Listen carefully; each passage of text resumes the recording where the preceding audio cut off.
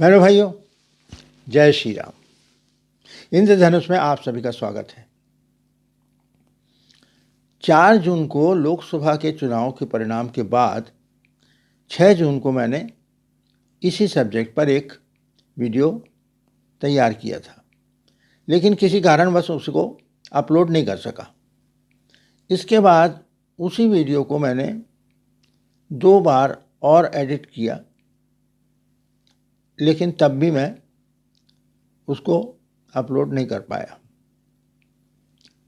लेकिन आज जब हमारे देश में स्थितियां बहुत विषम हो चली हैं, तो इस वीडियो को मैं पूरे नए तरीके से तैयार कर रहा हूं। बहुत ही नई जानकारियां आपको शायद इसमें प्राप्त होंगी, इसलिए कृपया इसे अंत तक सुनने का कष्ट करें। 4 जून को जब लोकसभा के चुनाव के परिणाम आए, तो उससे जहां एक ओर भाजपा को करंट लगा, बहुत बड़ा शॉक लगा, जिसके कारण लगभग शायद 2 दिन भाजपा को अपने को संभलने में लग गए। लेकिन दूसरी ओर तो बिल्ली के भाग से छींका टूटा, ऐसी कहावत सिद्ध हुई। उन्होंने इतनी उम्मीद नहीं की थी, तो वो इसमें इतने ज़्यादा खुश हो उठे और जश्न में मशगूल हो गए जैसे मानो उन्हें जीत हासिल हो गई हो, सरकार बनाने की क्षमता उनके पास प्राप्त हो गई हो। क्योंकि उनको पहले भी ये मालूम था कि वे सरकार किसी हालत में नहीं बना सकेंगे, वो जीत हासिल नहीं कर सकेंगे।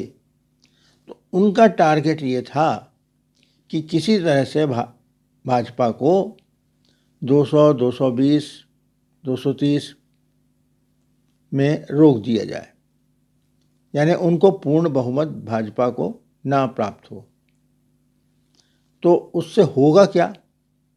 उससे होगा ये कि भाजपा को मिलीजुली सरकार तैयार करनी होगी सरकार बनाने के लिए, और उस स्थिति में एक सौदा किया जा सकता है कि मोदी को हटा दो तो सहयोग आपको मिल जाएगा। तो असली उनकी लड़ाई मोदी जी को हटाने की थी। तो इसमें 240 जब मिले भाजपा को, तो उनको लगा कि नहीं, हम अभी जीत सकते हैं। इसलिए वो जश्न के मूड में आ गए और वो अपना पुराना रोना ईवीएम का भूल गए। नहीं तो उस समय भी वो ईवीएम का रोना लेकर बैठते, लेकिन वो अपनी जीत में इतने मशगूल थे, उनको ईवीएम की याद नहीं रही। अब आइए, मैं आपको शुरू से लेकर अभी वर्तमान स्थिति तक लाने की कोशिश कर रहा हूँ, इसलिए संभवतः यह वीडियो लंबा हो जाएगा। जो 4 जून को लोकसभा के चुनाव परिणाम आए, उसमें जो भाजपा को झटका लगा, उसके क्या कारण थे? हालांकि बहुत सारे जानकार लोगों ने, विशेषज्ञ लोगों ने अपनी अपनी राय रखी है, मगर उसमें मैं आपको बताना चाहूँगा, उसमें 1-2 बातें शायद मैं और जोड़ूं। पहली बात तो ये है कि भाजपा को आज की स्थिति में कोई और नहीं हरा सकता। उसको अगर कोई हरा सकता है तो भाजपा ही। अब मेरी इस बात को आप ज़रा ध्यान से समझिए। आप पूरे भारत में हर क्षेत्र में चले जाइए, आप अपने क्षेत्र में देखिए कि आपको वहाँ पार्टी में 3-4 छत्रप ऐसे होंगे, मिल जाएंगे, जिनके पास अपना अपना एक जमावड़ा रहता है। और ये छत्रप आपस में इनकी खींचातानी रहती है, एक तरह से शीत युद्ध जैसी स्थिति कि यदि हमको ना मिले तो दूसरे को भी ना मिले। तो ऐसी स्थिति में उनकी कोशिश ये रहती है कि भले भाजपा हार जाए लेकिन सामने वाला व्यक्ति ना जीते। तो ये भाजपा ही केवल भाजपा को हराती है। दूसरी बात कि भाजपा के लोग ही कोई छोटी मोटी बात उनकी अगर पूरी ना हुई हो तो भी बड़ी जल्दी रुष्ट हो जाते हैं, और उस रुष्ट होकर या तो वो वोट देने ही नहीं जाते हैं, ये भी एक कारण बनता है। अब आते हैं एक मुख्य मुद्दे पर।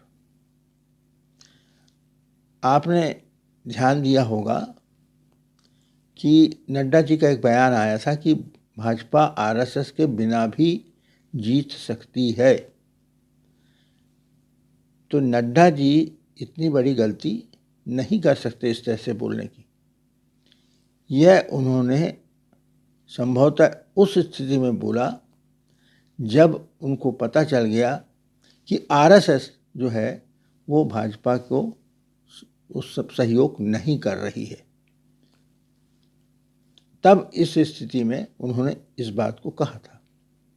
अब चूंकि आरएसएस का प्रचार करने का एक अपना अलग ही तरीका है और उनके जो नैरेटिव रहते हैं वो अपने ढंग के अनोखे रहते हैं, तो उनके नैरेटिव के बगैर और प्रचार के बगैर भाजपा में थोड़ी सी कमजोरी आ गई, और ये संभवतः ईगो के कारण आरएसएस ने हाथ पीछे हटा लिया था, जिसके कारण उसका नुकसान भाजपा को मिला। क्योंकि जो तरीका नैरेटिव आरएसएस तैयार करती है वो क्षमता अभी दूसरे लोगों में नहीं है। उसी तरह से उनके प्रचार करने का जो तरीका होता है वह बिल्कुल अलग होता है, और गांव-गांव गली कूचे में जाकर वे जिस ढंग से प्रचार करते हैं वह प्रचार की शैली अभी पार्टी वाले नहीं सीख सके, तो इसका नुकसान हुआ। तीसरी बात जो चुनाव के पहले कई लोगों ने कही थी कि इस समय ध्यान देना बहुत ज़रूरी है कि आप वोट देने जाएं, क्योंकि ठीक ऐसा ही अटल बिहारी वाजपेयी जी के समय पे जब उन्होंने साइनिंग इंडिया का नारा दिया था तब हुआ था। उस समय हम धोखा खा गए थे, ओवर कॉन्फिडेंस में हम चुनाव हार बैठे थे। तो कहीं वही स्थिति ना दोहराई जाए, और आखिर हुआ वही। 400 पार के चक्कर में बहुतेरे भाजपाई, बहुतेरे लोग, भाजपा के जो समर्थक हैं, वोटर हैं, वो घर से नहीं निकले कि क्या करना है जीत जाके, हम तो वैसे ही जीत रहे। तो कोई छुट्टी मनाने निकल गए, कोई मस्ती में निकल गए, इसका नुकसान हुआ। इसके बाद जो चौथी बात आपको मैं बता रहा हूँ, जिसको लेकर बहुत लोगों ने बताया कि संविधान बदल दिया जाएगा, संविधान नहीं रहेगा और तानाशाही होगी, आरक्षण खत्म कर दिया जाएगा, इस तरह के नैरेटिव चलाए गए। तो ये जो नैरेटिव हैं संविधान खत्म करने वाली बात, इनका असर तो पड़ा, क्योंकि मुझको मालूम है अच्छे अच्छे पढ़े लिखे लोग भी उसको दोहराने लग गए थे। जो लोग समझदार हैं, जो थोड़ी बहुत राजनीतिक समझ भी रखते हैं और जो भाजपा के समर्थक भी हैं, वो भी इस बात को कहने लग गए थे। ये देखिए, इस यहाँ पर मैं आपको एक और बात ध्यान दिलाना चाहता हूँ कि यही नैरेटिव बांग्लादेश में तैयार किया गया कि तानाशाही वाली बात, कि शेख हसीना तानाशाही कर रही है। और इस बात को अच्छे अच्छे जानकार लोगों ने कहा कि जो शेख हसीना की सरकार गई वो तानाशाही के कारण या आंदोलन के कारण। ये तो अपरेंटली यानी सामने सामने दिखने वाला कारण था, लेकिन ये कारण वास्तव में वह नहीं था। इसके पीछे जो सबसे बड़ा कारण था, जिसको मैंने चुनाव के पहले भी कहा था आप लोगों से, कि इसमें विदेशी शक्तियों के हाथ हैं, इसलिए हम सबको वोट देने जरूर जाना चाहिए, क्योंकि विदेशी शक्तियां नहीं चाहती कि भारत आगे बढ़े। ये बिल्कुल सामान्य सी बात है कि किसी भी क्षेत्र में आप जाइए तो जो एक कोई कमज़ोर यदि कल के रोज़ तेज़ी से आगे बढ़ने लगे तो जो पहले से बढ़ा हुआ है वो उसको चाहता है कि उसको पीछे खींच दे, वो आगे ना बढ़ने पाए, क्योंकि उसकी गद्दी, उसकी शक्ति कम होने लगती है। तो स्वाभाविक है कि भारत जो कल तक इतना कमज़ोर था कि वो भी हाथ बांधे खड़े रहते थे दूसरे देशों के सामने, उनसे मदद की उम्मीद लगाए हुए, आज वही भारत दूसरों की मदद कर रहा है, एक सुदृढ़ आर्थिक शक्ति बनकर उभर रहा है। तो यह किसी शक्ति संपन्न देश को कैसे गले से उतरेगा, ये उनको नागवार लग रहा था। और इसके पीछे कारण कौन है? इसके पीछे कारण वहाँ के प्रधानमंत्री नरेंद्र मोदी हैं। तो उनको ये लगता है कि ये नरेंद्र मोदी को हटाने से और फिर अपने आदमी को वहाँ पर बिठाने से हमारे फायदे होंगे। देखिए क्या होता है कि हर देश में लगभग सभी देशों के गुप्तचर अपना काम करते रहते हैं। उन गुप्तचरों का काम ये है कि अपने देश के हित में काम करना। जैसे भारत के भी अगर गुप्तचर होंगे तो वो दूसरे देशों में काम करते हैं और वो वहाँ देखते हैं कि हमारे देश के हित में क्या है और क्या हमारे देश के लिए अहित वाली बात है। तो ऐसी स्थिति में वो शक्तियाँ इन गुप्तचरों के माध्यम से अपना काम करती हैं। इसके साथ साथ यहाँ तो इस बार एक और शक्ति उभर कर आई जिसको डीप स्टेट कहा गया। तो जो सरकारी शक्तियाँ हैं वो तो थी ही, इसके साथ साथ आपको याद होगा कि अमेरिका के सोरोस नामक अरबपति करोड़पति व्यक्ति ने स्पष्ट घोषणा की थी कि मैं मोदी को हटाकर रहूँगा, और इसके बावजूद यदि भारतीय इस बात को ना समझें तो फिर उनकी बुद्धि की क्या मिसाल दी जाए। क्यों उसको मोदी से तकलीफ है? क्यों दूसरी सरकारें मोदी को हटाना चाहती हैं?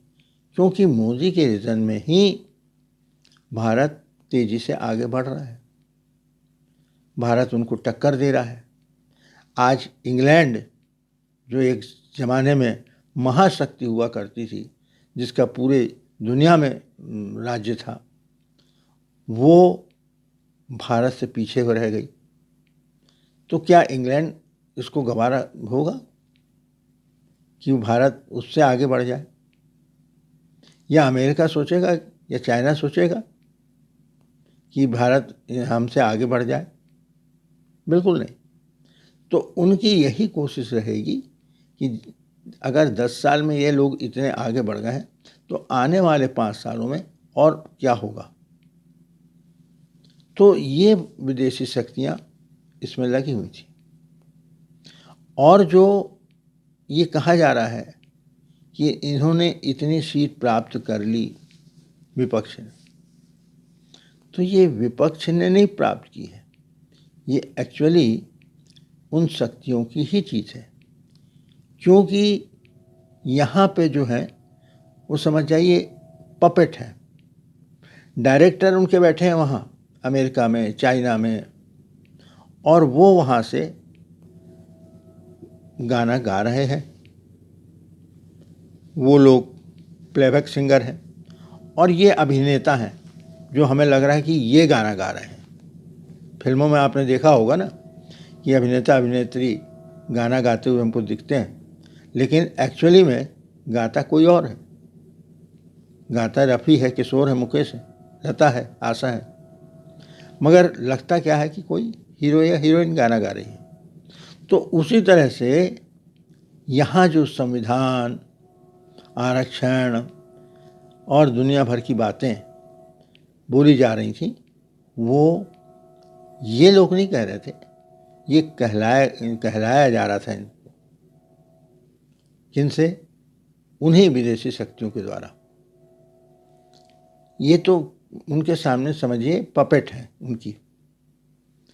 तो ये पपेट अपनी क्षमता समझकर खुश हो रही हैं कि ये हमने जीत लिया। अब देखिए ये किस तरह से आपने देखा होगा कि उन लोगों ने किस तरह से जाल बिछाया था।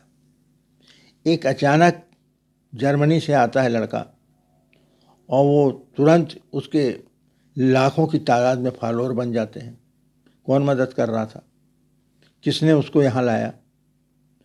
जिस तरह से कई साल पहले केजरीवाल को स्थापित किया गया था, ठीक उसी तरह से उस लड़के को स्थापित करने की कोशिश भी थी और साथ ही उसके द्वारा नैरेटिव फैलाया जा रहा था। और वो उस नैरेटिव को सुनने वाले ही इस तरह की राय बनाते हैं जो सरकार के विरोध में होती है।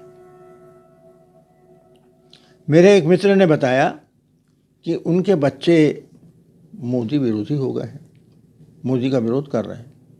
तो मैंने उनसे एक ही प्रश्न किया, क्या वो लोग इस व्यक्ति के वीडियो देखते हैं? इन लोगों को, वामपंथी विचारधारा वाले लोगों के वीडियो सुनते हैं, देखते हैं? तो उसने कहा हाँ। मैं बोला बस सिद्ध हो गया, ख़त्म बात, इसमें कोई सोचने की बात ही नहीं है, क्योंकि वे उससे प्रभावित होकर मोदी के विरोधी बन गए। तो इस तरह से उस व्यक्ति को, जिसकी कोई बौद्धिक क्षमता नहीं थी, उसका एक वीडियो मैंने देखा था जो वास्तव में हंसी के लायक था, लेकिन मालूम नहीं क्यों उसको लोगों ने इतना सर पर उठा लिया। और उसने क्या उठाया, उसको पीछे से सपोर्ट मिला जिससे उसके लाखों फॉलोअर तैयार हो गए। और यहाँ तो ये एक रीत चलती है कि जहाँ एक भेड़ जाती है तो फिर वहाँ दूसरी भेड़ जाती है, सुनने के लिए कि आखिर भाई वो क्यों उसके पीछे जा रहा है। भले वो कुछ भी हो, उसकी बौद्धिक क्षमता हो या ना हो। अब इसके बाद आप ध्यान दीजिए कि यहाँ की जो पपेट हैं, इन लोगों ने किन मुद्दों पर सरकार को गिराने की कोशिश की। वो मुद्दे हमारी जनता से प्रत्यक्ष रूप से जुड़े होते तो समझ में आने वाली बात होती। उन मुद्दों को विदेशों में तैयार किया गया, वहाँ की संस्थाओं ने अपने यहाँ पेपर में जारी किया और उसको फैलाया, और ये उन मुद्दों को उठाकर उनके द्वारा प्रेरित होकर उसके आधार पर यहाँ हल्ला मचाने लगे। आप शुरू से निगाह डालिए कि भाई राफेल का मामला आया, राफेल के लिए बोल दिया गया कि अब फ्रांस की एक संस्था ने बताया कि उसमें करप्शन हुआ है। वो तो सुप्रीम कोर्ट ने क्लीन चिट दी, अन्यथा फिर उसका वही गाना गाते रहते, राफेल राफेल करके। राफेल का सीधा सीधा जनता से कोई लेना नहीं था। उसी तरह से फिर उसके बाद आ गया पेगासस। पेगासस को लेके हल्ला मचाया। पेगासस भी जो मामला था वो विदेशी मामला था। इसके बाद आ गया हिंडनबर्ग। हिंडनबर्ग के मामले में हिंडनबर्ग का मामला इसलिए लाया गया कि उससे वो यहाँ के उद्योगपतियों पर उनको चोट पहुँचाए। यदि उद्योगपति को चोट पहुँचती है, जो भारत का प्रमुख उद्योगपति है, तो सीधे सीधे भारत की अर्थव्यवस्था पर चोट पड़ेगी और उस चोट के कारण भारत की अर्थव्यवस्था गिर जाएगी। ये उनका सीधा सीधा फार्मूला था। अब इसी तरह से हिंडनबर्ग का मामला भी फेल हो गया उनका, वो भी उनकी मिसाइल व्यर्थ गई, मोदी जी के द्वारा समाप्त कर दी गई। फिर आया बीबीसी का मामला। अब बीबीसी के मामले को लेकर जनता के पास हल्ला करने का क्या अर्थ था? तो ये जनता को नहीं, ये पूरी दुनिया को साबित कर रहे थे कि देखो भारत में इस तरह से गड़बड़ियाँ हो रही हैं, भारत में प्रजातंत्र खराब हो रहा है। जाकर दूसरे देशों में जाकर भीख मांगी गई कि आप आइए हमारे यहाँ, हमारी मदद कीजिए, कि भारत में जो प्रजातंत्र ख़त्म हो रहा है उसको बचाने में हमारी मदद कीजिए। कितनी शर्म की बात है कि हम अपनी लड़ाई खुद न लड़ के हम दूसरे देश के लोगों को बुला रहे हैं। आपको याद होगा हमारे इतिहास की बातें कि कैसे एक देशद्रोही राजा जाके दूसरे राजा को दुश्मन के को ला के बुलाता है और उसको यहाँ के राजा को हराने के लिए। ऐसे ढेरों उदाहरण हैं। ये उस ज़माने के थे, ये ताजे इस ज़माने के हो गए कि वहाँ जाकर आप बुला रहे हैं कि आइए भाई हमारी मदद कीजिए प्रजातंत्र को बचाने में। तो क्या प्रजातंत्र कहाँ खराब हो गए? अगर प्रजातंत्र नहीं होता तो क्या आपकी इतनी कुव्वत थी कि आप विदेश जा पाते? पहली बात, मुंह से कुछ निकाल पाते? आपको जो अभिव्यक्ति के नाम पे स्वतंत्रता मिली हुई है वो उसी प्रजातंत्र की ही देन है, जिसके कारण आप इतनी बात कर रहे हो। वरना आपको जेल में ठूंस दिया जाता, जैसे सन 75 में ठूंस दिया गया था। कोई किसी को बोलने की आज़ादी नहीं थी। कम से कम अभी तो ऐसा नहीं हो रहा ना, तो फिर कहाँ से प्रजातंत्र खतरे में आ गया?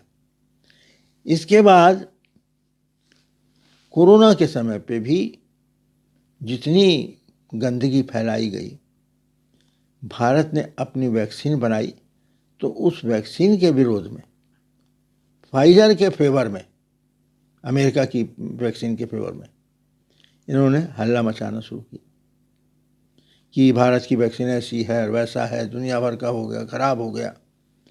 लेकिन हर्ष क्या निकला? यहाँ भी उनकी मिसाइल ध्वस्त हो गई और ये परिणाम हुआ कि भारत ने न केवल अपने देश में लोगों की जान बचाई, बल्कि विदेश भी अपनी वैक्सीन भेजी, कई लोगों को फ्री भेजी।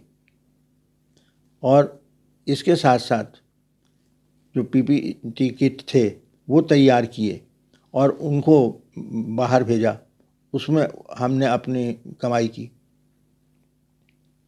तो उस वैक्सीन का विरोध करके अब सोचिए, यदि यहीं पर ये मोदी सरकार नहीं होती तो क्या होता?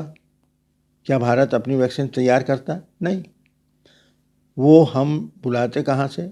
अमेरिका से, बड़े दामों में खरीदते, उसका कमीशन जाता और उसके बाद जनता को पैसा देकर वो वैक्सीन लगानी होती और वो इतनी महंगी होती कि एक आम आदमी की पहुंच से बाहर होती। आम आदमी की मृत्यु होती। तो सोचिए उस समय क्या हालत होती। आज आपको आपकी सरकार ने मुफ्त में वैक्सीन उपलब्ध करा दी, तो ये लोग उसका भी विरोध कर उठे। तो ये विरोध नहीं कर रहे थे। विरोध कौन कर रहे थे? उन वैक्सीन वाले जिनको उम्मीद थी कि भारत में हमको बहुत बड़ा मार्केट मिलेगा इस कोरोना के कारण। तो उनकी उम्मीद में पानी फिर गया। अब आइए जो मुख्य और बात है, यानी जो मैंने कहा कि बढ़ता आतंकवाद।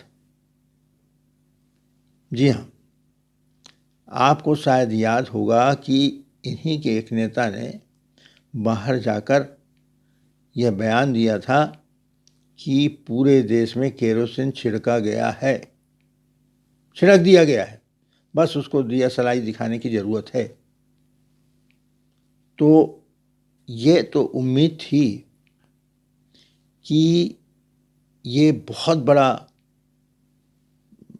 मामला हो जाता, बांग्लादेश जैसी स्थिति बन सकती थी यदि कहीं 300 या 350 सीट भाजपा को मिल जाती।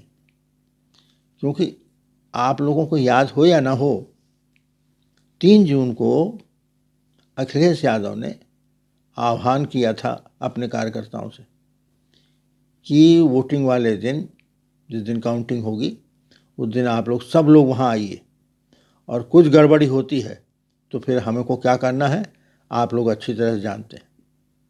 इसका क्या अर्थ निकलता है ये आप उससे समझ जाइए। तो ये हंगामा होना निश्चित था 4 जून से ही, लेकिन 240 होने से एक प्रकार से देश के लिए और भाजपा के लिए फायदेमंद हुआ।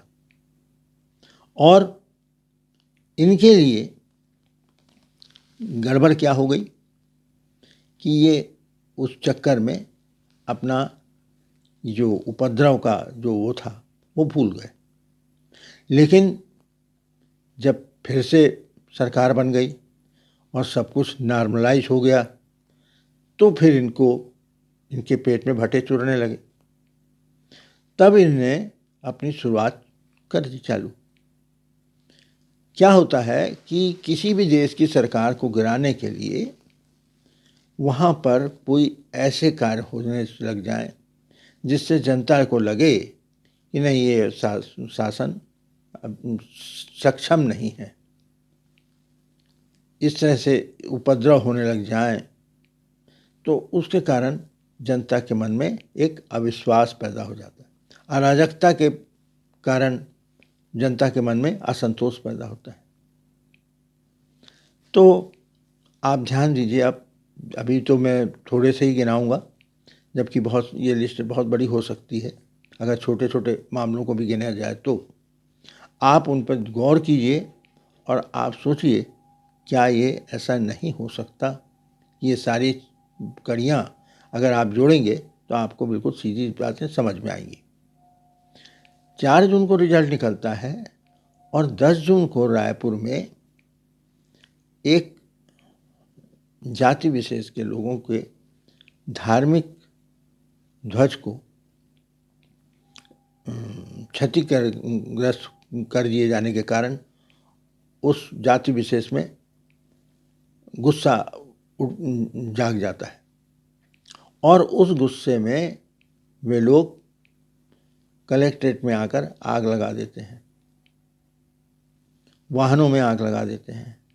बहुत बड़ा दंगा की स्थिति पैदा हो जाती है। ये पहला हुआ। और उसमें आपको याद हो कि छत्तीसगढ़ के एक विधायक को भी गिरफ्तार किया गया इसकी साजिश के लिए। अब देखिए, जिस दिन से ये रिजल्ट आए हैं उस दिन से रेलवे के एक्सीडेंट्स बहुत बढ़ गए। जगह जगह पर पटरियों के बीच में आपने देखा होगा कि कई लोग, जिहादी लोगों ने वहाँ पर बाधा पैदा कर दी ताकि ट्रेन का एक्सीडेंट हो जाए।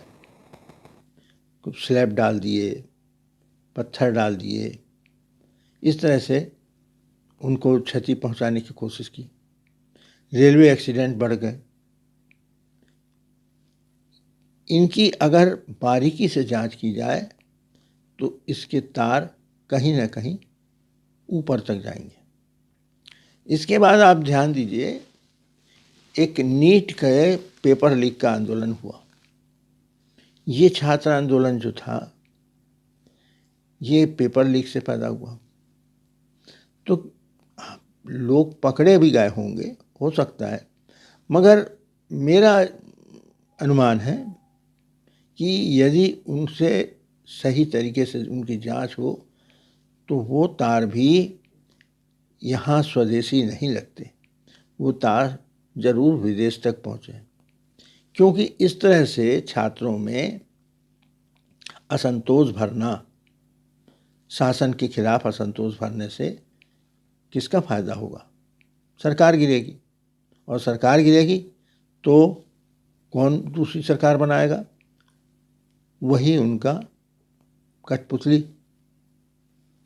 जो उनके इशारों पर नाचेगा, खुद भी मौज करेगा, उनको मौज कराएगा और देश गर्त में जाएगा। इसके बाद किसान आंदोलन, संभल का दंगा। किसान आंदोलन अब इस बार क्या हुआ कि पंजाब नहीं, अब कहाँ से शुरू हो गया?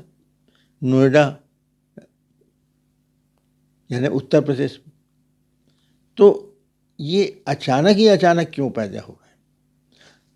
आपको जैसे याद हो कि जब पिछली बार अपना किसान आंदोलन हुआ था और जब वो तथाकथित किसान लोग दिल्ली में आकर उन्होंने खूब गुंडागर्दी की थी, अराजकता फैलाई थी, तो उसके बाद हमारे प्रधानमंत्री ने अपने कदम पीछे ले लिए थे और कहा था कि ये कानून अभी हम लागू नहीं करेंगे।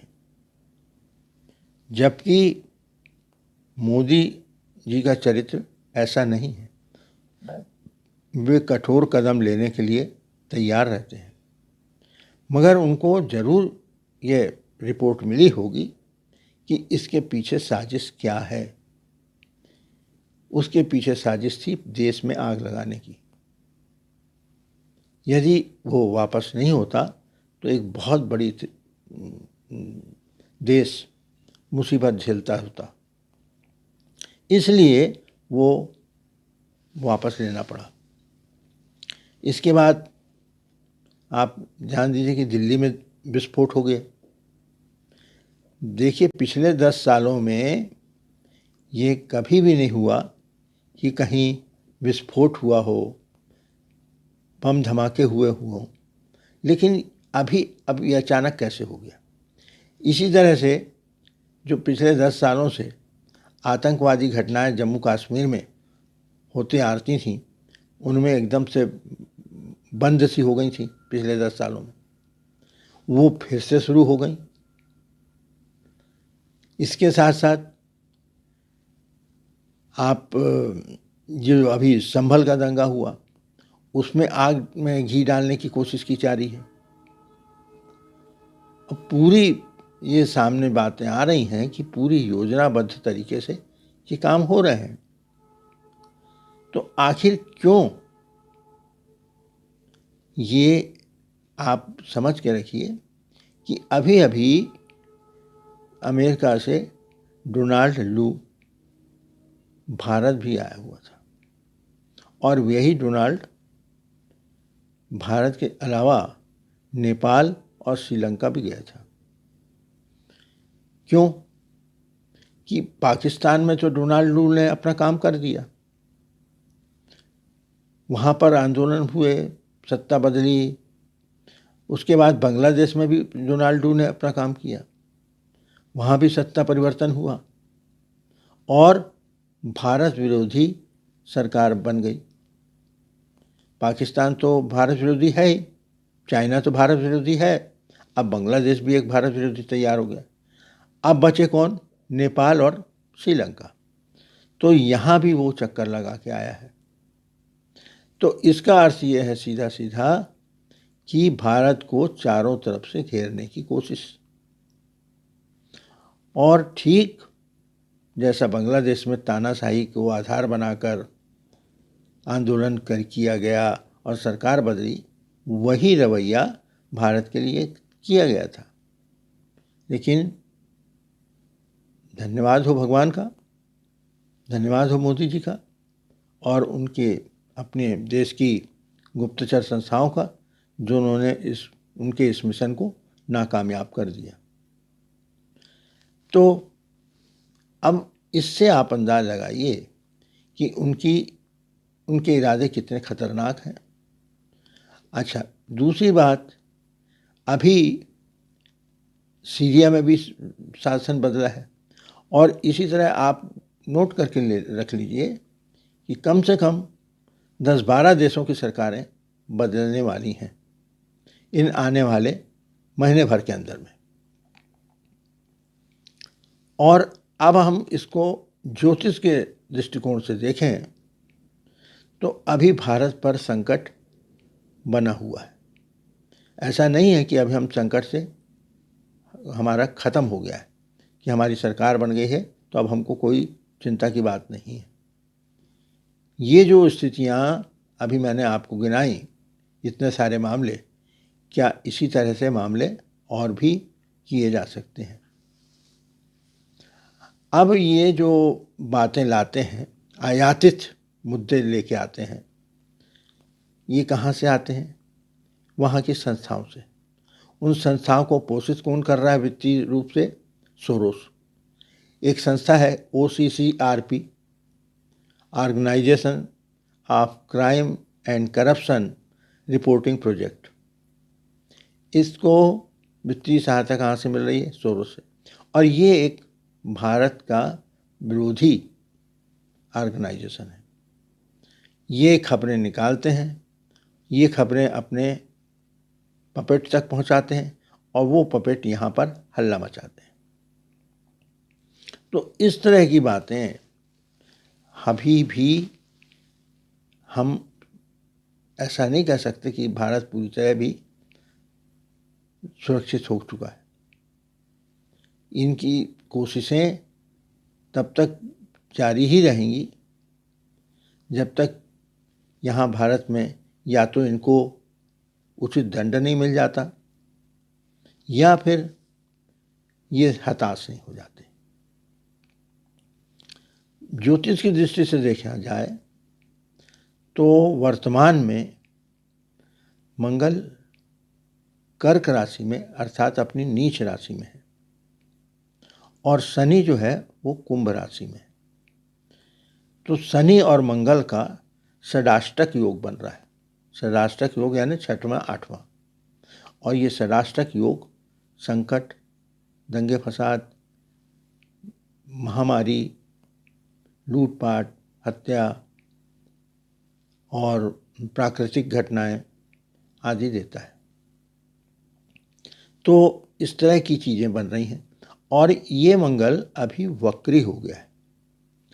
ये 20 अक्टूबर को कर्क राशि में आया था, नीच राशि में, और इसके बाद अभी वो वक्री हो गया है। वक्री होकर वो चला जाएगा 21 जनवरी को मिथुन राशि में, यानी कर्क राशि छोड़कर मिथुन राशि में चला जाएगा। तो उसके पश्चात स्थितियों में थोड़ा सुधार आएगा, लेकिन उसके बाद फिर से वो मार्गी होकर वो 4 फरवरी के करीब फिर से कर्क राशि में आएगा। तो 4 फरवरी के बाद उस आप मान लीजिए कि एक राशि में लगभग 45 दिन मंगल रहता है। तो कभी कभी जब जैसे अभी आ गया था फिर वक्री हो गया, तो उससे कई बार समय बढ़ भी जाता है, 45 दिन का 90 दिन भी हो जाता है।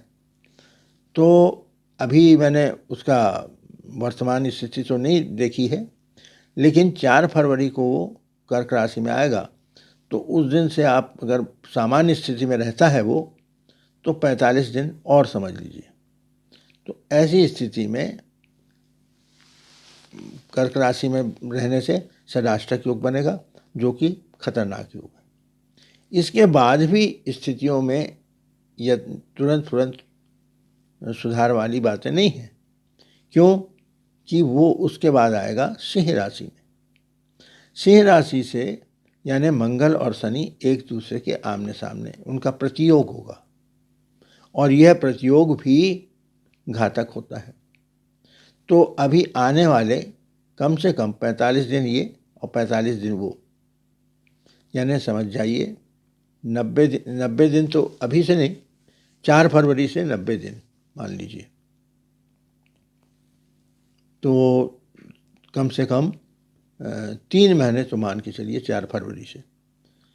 तो 4 फरवरी से मार्च, अप्रैल, फरवरी से मार्च, मार्च से अप्रैल, अप्रैल से मई तक हमारे यहाँ हमें सावधानी अपेक्षित है। अपने को सचेत रखें, सतर्क रहें, आसपास की घटनाओं से सावधान रहें, उन पर नज़र बनाएं कि उसके क्या परिणाम होंगे और देश विरोधी बातों के बहकावे में ना आए। तो ही हमारे इस देश का भला होगा, आपका भला होगा, सबका भला होगा। बस आज आपसे यही विराम चाहता हूँ और आपसे एक बार फिर से प्रार्थना करता हूँ कि कृपया लाइक कर दीजिए, कमेंट दीजिए और शेयर कीजिए। और यदि आपने सब्सक्राइब नहीं किया हो तो कृपया सब्सक्राइब करें। धन्यवाद। जय श्री राम, जय हिंद, वंदे मातरम।